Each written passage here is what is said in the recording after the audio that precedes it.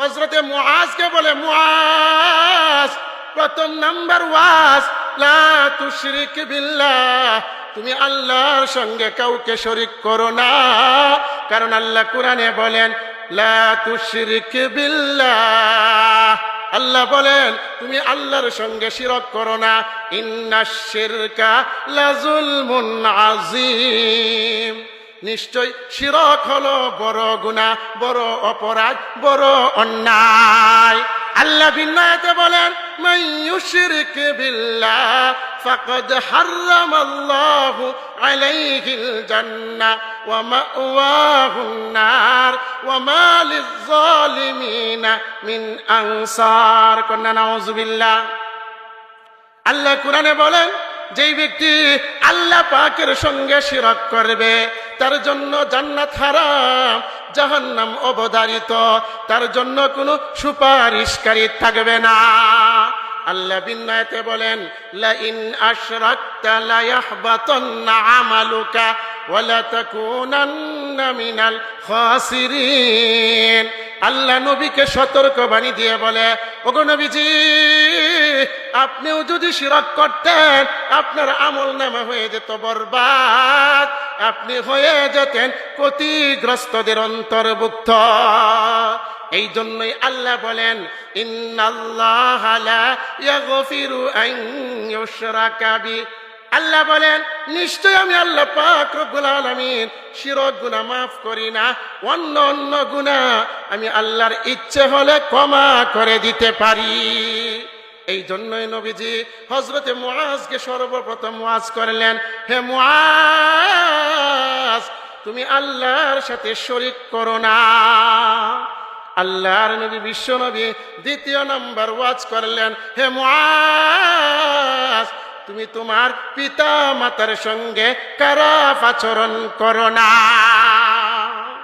আল্লাহ কোরআনে বলেন ওয়া কাযা রাব্বুকা আল্লা তা'বুদু ইল্লা ইয়্যাহু ওয়া বিল ওয়ালিদাইনি ইহসানা।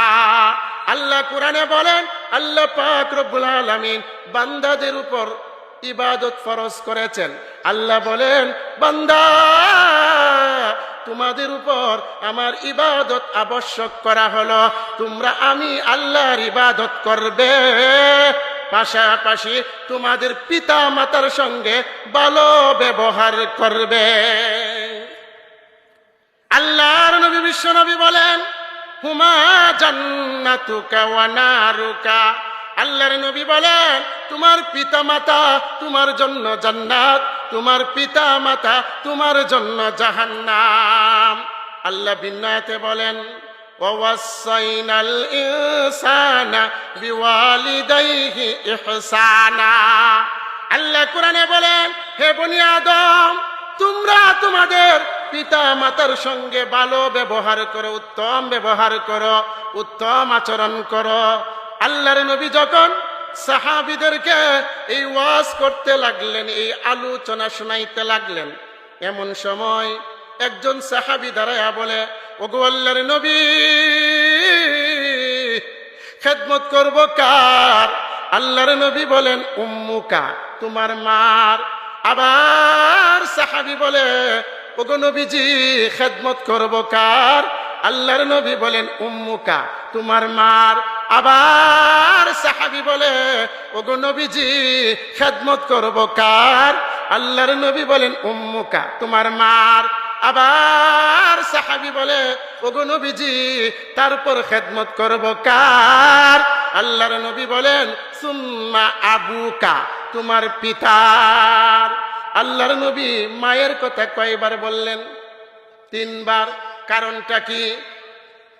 আল্লাহর নবী বিশ্ব নবী বুঝাইয়া দিলেন, তোমার মা 3টা এমন কষ্ট করেছে যে 3টা কষ্ট কোনো পৃথিবীর বাবা করে নাই। এই জন্যই নবীজি বলেন, সাহাবীরে খেদমত করবা তোমার মার, সাহাবীরে খেদমত করবা তোমার মার, সাহাবীরে খেদমত করবা তোমার মার। আল্লাহ কোরআনে বলেন ওয়াসাইনাল ইনসানা বিওয়ালিদাইহি ইহসানা। হামালাতহু উম্মুহু কুরহা ওয়া ওয়াদআতহু কুরহা ওয়া হামলুহু ওয়া ফিসালুহু 30 শাহরা। আল্লাহ বলেন তোমার মা এমন 3টা কষ্ট করেছে, যে 3টা কষ্ট বাবা করে নাই। প্রথম নাম্বার কষ্ট পেটে ধারণের কষ্ট, দ্বিতীয় নাম্বার কষ্ট প্রসব বেদনার কষ্ট, তৃতীয় নাম্বার কষ্ট দুধ পান করার কষ্ট। তোমার মা তোমার জন্য কত কষ্ট করেছে রে যুবক, তুমি জানোনি? আজকে তুমি যুবক হয়ে গেছো, তোমার মা তোমার বাবা বৃদ্ধ হয়ে গেছে। ও যুবক, ও যুবক, তুমি যখন ছোট্ট ছিলে, তোমাকে যখন কানা খাওয়ানোর জন্য তোমার মা বাড়ির সামনে যাইতো, তুমি কানা খাইতে চাইতে না। হঠাৎ করে যখন একটা চড়ুই পাখি উড়ন্ত হয়ে বসতো, তখন তুমি জিজ্ঞেস করতে, মাগো এইটা কি দেখা যায়? তোমার মা আনন্দে বলতো চড়ুই পাখি। আবার জিজ্ঞেস করতে, তোমার মা বলতো, তোমার বাবা বলতো চড়ুই পাখি। এইভাবে বারবার বলতে, কিন্তু তোমার মা তোমার বাবা বিরক্ত হইতো না, এমনকি আনন্দে বলতো। আমার কুকা কথা বলতে শিখেছে, ঠিক কিনা? কিন্তু যুবক, আজকে তুমি যুবক হয়েছ, তোমার মা তোমার বাবা বুড়া হয়ে গেছে, একবার দুইবার তিনবার কথা বললে তোমার ভালো লাগে না। যুবক শুনো, যুবক শুনো, হুমা জান্নাতুকা ওয়া নারুকা। তোমার মা তোমার বাবা তোমার জন্য জান্নাত, তোমার মা তোমার বাবা তোমার জন্য জাহান্নাম। পিতামাতার খেদমত করলে 3টা উপকার হয়। কয়টা? 3টা উপকার। 1 নাম্বার, আল্লাহ পাক রিজিকের মধ্যে বরকত দেয়, কন্যা সুবহানাল্লাহ। 2 নাম্বার, মৃত্যুর সময় কালিমা নসিব হয়। 3 নাম্বার, পরিশেষে আল্লাহ জান্নাত দিয়ে দেয়, সুবহানাল্লাহ। খেদমতে মা দরফেদর কুন সুবহ শাম, খেদমতে মা দরফেদর কুন সুবহ শাম, তাকে বাসি দর্দু আলম নেকে নাম। খেদমতে মা দরফেদর কুন সুবহ শাম, তাকে বাসি দর্দু আলম নেকে নাম। খেদমতে মা দরফেদর কুন এখতিয়ার, তাকে বাসি দর্দু আলম বখতিয়ার। আল্লাহর নবী বলেন, যেই সন্তান পিতা মাতার খেদমত করবে, আল্লাহ পাক রব্বুল আলামিন তার রিজিকের মধ্যে বরকত দিয়ে দিবে। একজন সাহাবী এসে বলে, সাআলতুন নবী সাল্লাল্লাহু আলাইহি ওয়াসাল্লাম। সাহাবী এসে বলে, ইয়া রাসূলুল্লাহ, ইয়া হাবিবাল্লাহ, ওগো নবীজি, আইয়ুল আমালি আহাব্বু ইলাল্লাহ। ওগো নবীজি, আমি আপনার কাছে জানতে চাই, মহান রব বান্দার কোন আমলটা পছন্দ করে? জোরে বলেন তো, সাহাবী কয়টা আমলের কথা বলছেন? ভাষায় বোঝা যায় একটার কথা বলছেন, কিন্তু আল্লাহর নবী বিশ্ব নবী বলেন, সাহাবীরা, আল্লাহ পাক রব্বুল আলামিন বান্দার এমন 3টা আমল পছন্দ করে। আল্লাহর নবী বলেন, 1 নাম্বার হলো আসসালাতু আলা ওয়াক্তিহা। বান্দা যখন সময় মতো নামাজ পড়ে, মহান রব তার আমলটা পছন্দ করে। জুড়ে বলা যাবে কি সুবহানাল্লাহ? আল্লাহ কুরআনে বলেন, ইন্নাস সালাতা কানাত আলাল মুমিনিনা কিতাবাম মাওকুতা। আল্লাহ পাক রব্বুল আলামিন মুমিনের উপর নামাজ ফরজ করেছেন সময় মতো, ঠিক কিনা? তাহলে সময় মতো নামাজ পড়ার দরকার আছে না নাই? আছে না নাই? আসবে মরণ কবে কখন, আসবে মরণ কবে কখন, কারো জানা নাই। আজরাইল আসিবার আগে নামাজ পড়ো ভাই। আসবে মরণ কবে কখন, কারো জানা নাই। তোমার জানাজার নামাজের আগে নামাজ ধরো ভাই, নইলে কিন্তু কোনো গতি নাই, ঠিক কিনা? এই যে দেখেছেন আমাদের মুসল্লি ফকরুর ভাই, ঘুমের মধ্যে সে দুনিয়া থেকে বিদায় হয়ে গেছে। সে কি জানতো যে আজকে তার শেষ ঘুম হবে? তাহলে এই জানাজা আজরাইল আসার আগে নামাজের দরকার আছে না নাই? আল্লাহর নবী বলেন, সাহাবী শুনো, দ্বিতীয় নম্বর আমল হলো বিররুল ওয়ালিদাইন, পিতামাতার খেদমত যখন বান্দা করে, পিতামাতার খেদমত যখন সন্তান করে, মহান রব খুশি হইয়া যায়। আল্লাহর নবী বলেন সাহাবীরা, তৃতীয় নম্বর আমল হলো আল জিহাদু ফি সাবিলিল্লাহ, বান্দা বান্দি যখন আল্লাহর রাস্তায় জিহাদ করে তখন আল্লাহ পাক রব্বুল আলামিন বান্দার এই কাজ পছন্দ করে।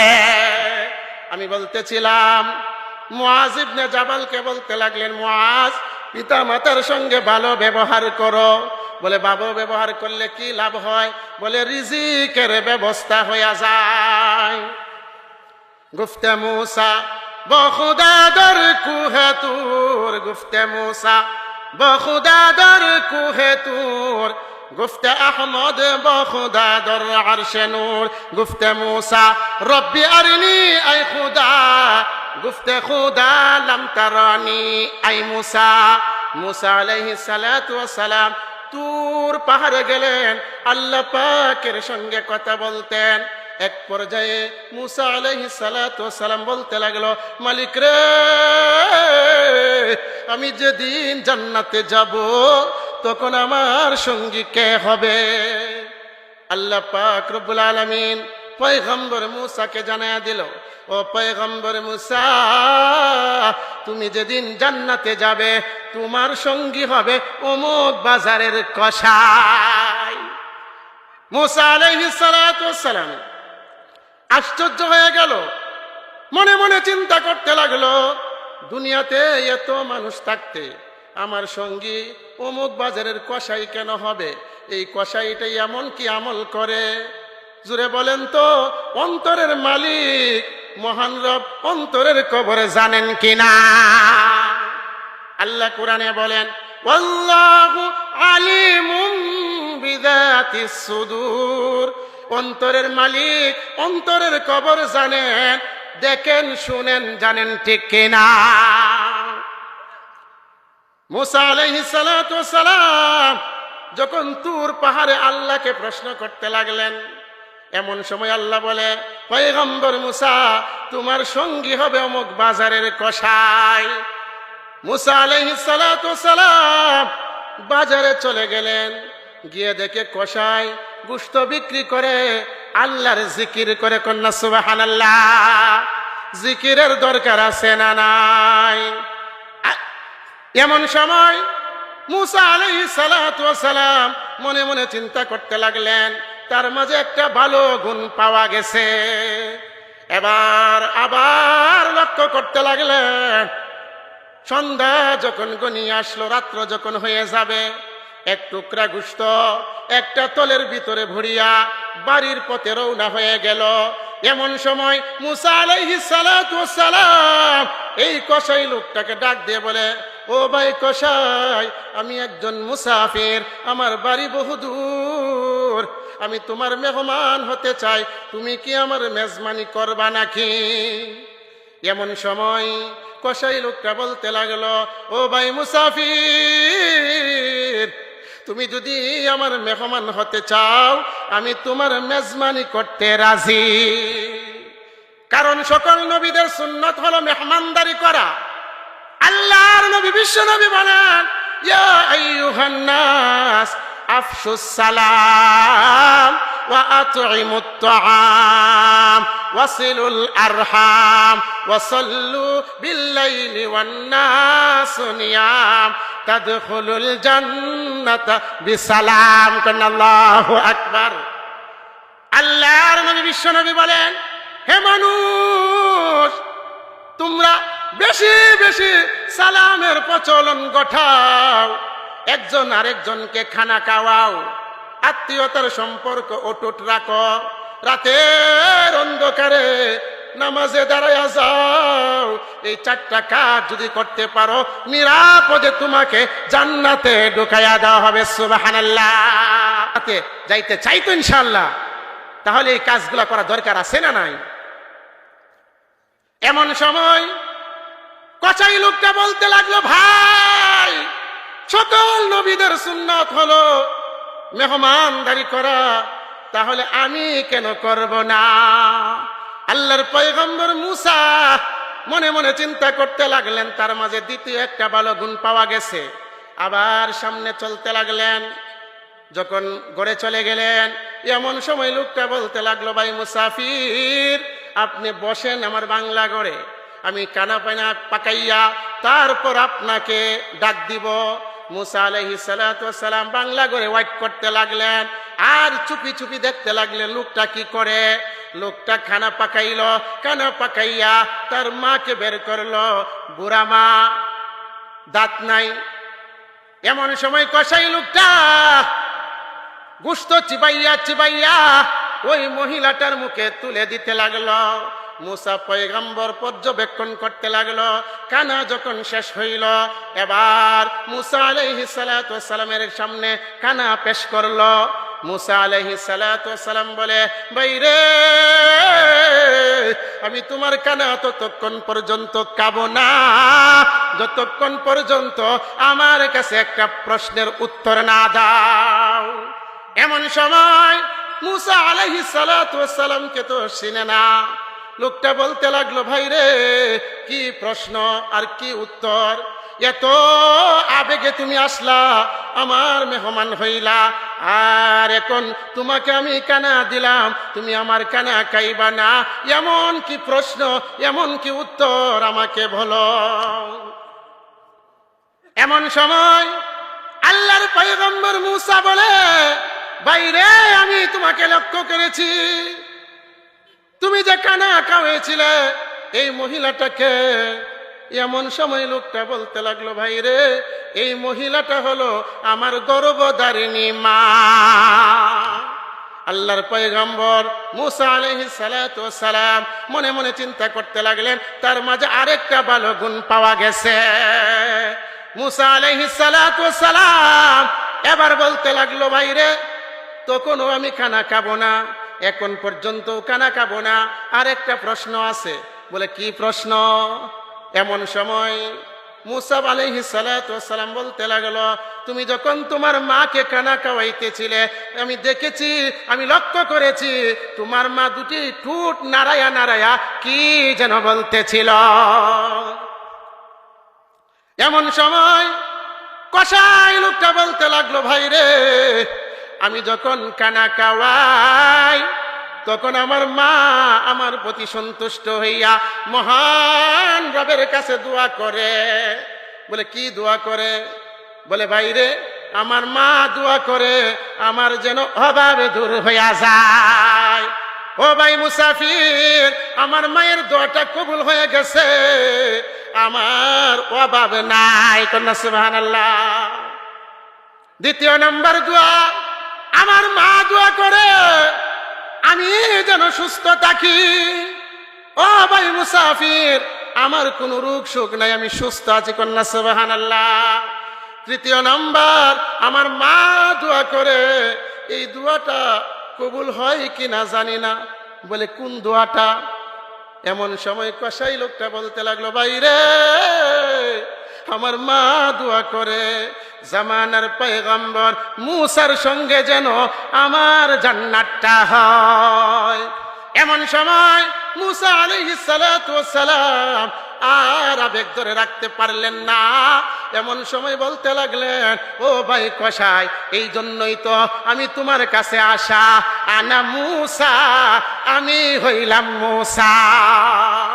আমি যখন আমার মালিকের সঙ্গে কথা বলতেছিলাম, ওয়ালাম্মা জাআ মুসা লিমিকাতিনা ওয়া কাল্লামাহু রাব্বুহু ক্বালা রাব্বি আরিনি আনজুর ইলাইক। ও ভাই, আমি যখন আমার মালিকের সঙ্গে কথা বলতেছিলাম, আমার মালিককে আমি প্রশ্ন করেছিলাম, আমি যেদিন জান্নাতে যাব আমার সঙ্গী কে হবে? বাইরে, তোমার কথা বলে দিয়েছে। গুফতে মুসা বখুদা দর কুহে তুর, গুফতে আহমদ বখুদা দর আরশে নূর, গুফতে মুসা রব্বি আরিনি আই খুদা, গুফতে খুদা লাম তারানি আই মুসা। খেদমতে মা দর ফেদর কুন এখতিয়ার, তাকে বাসি দর্দ আলম বখতিয়ার খেদমতে মা দরফেদর কুন সুবহ শাম তাকে বাসি দর্দ আলম নেকে নাম। এই লোকটা মায়ের খেদমত করার কারণে আল্লাহ পাক রব্বুল আলামিন তার উপর সন্তুষ্ট হয়ে গেছে।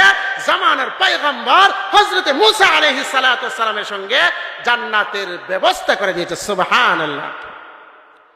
তাহলে আমি দুইটার কথা বললাম। 3 নাম্বার, আল্লাহর নবী বলেন, মুআজ সময় মতো নামাজ পড়বা, আসসালাতু আলা ওয়াক্তিহা। হে মুআজ সময় মতো নামাজ আদায় করবা। আল্লাহ কোরআনে বলেন, ইন্নাস সালাতা কানাত আলাল মুমিনিনা কিতাবাম মাওকুতা। নিশ্চয়ই মুমিনের উপর আল্লাহ পাক রব্বুল আলামিন নামাজ ফরজ করেছেন সময় মতো, ঠিক কিনা? আল্লাহর নবী বিশ্ব নবী বলেন, নামাজ পড়লে গুরুত্ব সহকারে ইহতেমামের সঙ্গে নামাজ আদায় করলে মহান রব ওই ব্যক্তিকে 5টা পুরস্কার দিবে। জুড়ে বলেন তো কয়টা পুরস্কার দিবে? 5টা। 1 নাম্বার, আল্লাহর নবী বলেন, যেই ব্যক্তি গুরুত্ব সহকারে ইহতেমামের সঙ্গে নামাজ আদায় করবে, আল্লাহর নবী বলেন তার রিজিকের অভাব আল্লাহ দূর করে দিবে। সুবহানাল্লাহ। যেই রিজিকের জন্য আমরা পেরেশান, যেই রিজিকের জন্য মাথার ঘাম ফেলে ফেলি, আল্লাহর নবী বলেন যেই ব্যক্তি গুরুত্ব সহকারে ইহতেমামের সঙ্গে নামাজ আদায় করবে, মহান রব তার রিজিকের অভাব দূর করে দিবে। জোরে বলা যাবে কি সুবহানাল্লাহ? জোরে বলেন তো রিজিকের মালিক কে? আল্লাহ। আল্লাহ কোরআনে বলেন, ইন্নাল্লাহা হুয়ার রাজ্জাক। তিনি হলেন রাজ্জাক, তিনি হলেন রিজিক দাতা। আল্লাহ ভিন্ন আয়াতে বলেন, ইন্নাল্লাহা ইয়ারযুকু মান ইয়াশা বিগাইরি হিসাব। নিশ্চয় আল্লাহ পাক রব্বুল আলামিন রিজিক দেন যাকে ইচ্ছা তাকে বেহিসাব। আল্লাহর নবী বলেন, আল্লাহ পাক রব্বুল আলামিন প্রথম আসমানে এসে বান্দাদেরকে ডাকেন, আলা মিন মুস্তারজিকিন ফারযুকহু। কে আছো, কে আছো? অভাবে ভুগতেছো, জায়গা নাই, জমি নাই, টাকা নাই, পয়সা নাই, ঘরের মধ্যে খাবার নাই। বান্দা, আমি আল্লাহর কাছে রিজিক চাও। আমি আল্লাহর কাছে রিজিক চাইতে দেরি, আমি আল্লাহ রিজিক দিতে দেরি করব না। জুড়ে বলা যাবে কি সুবহানাল্লাহ?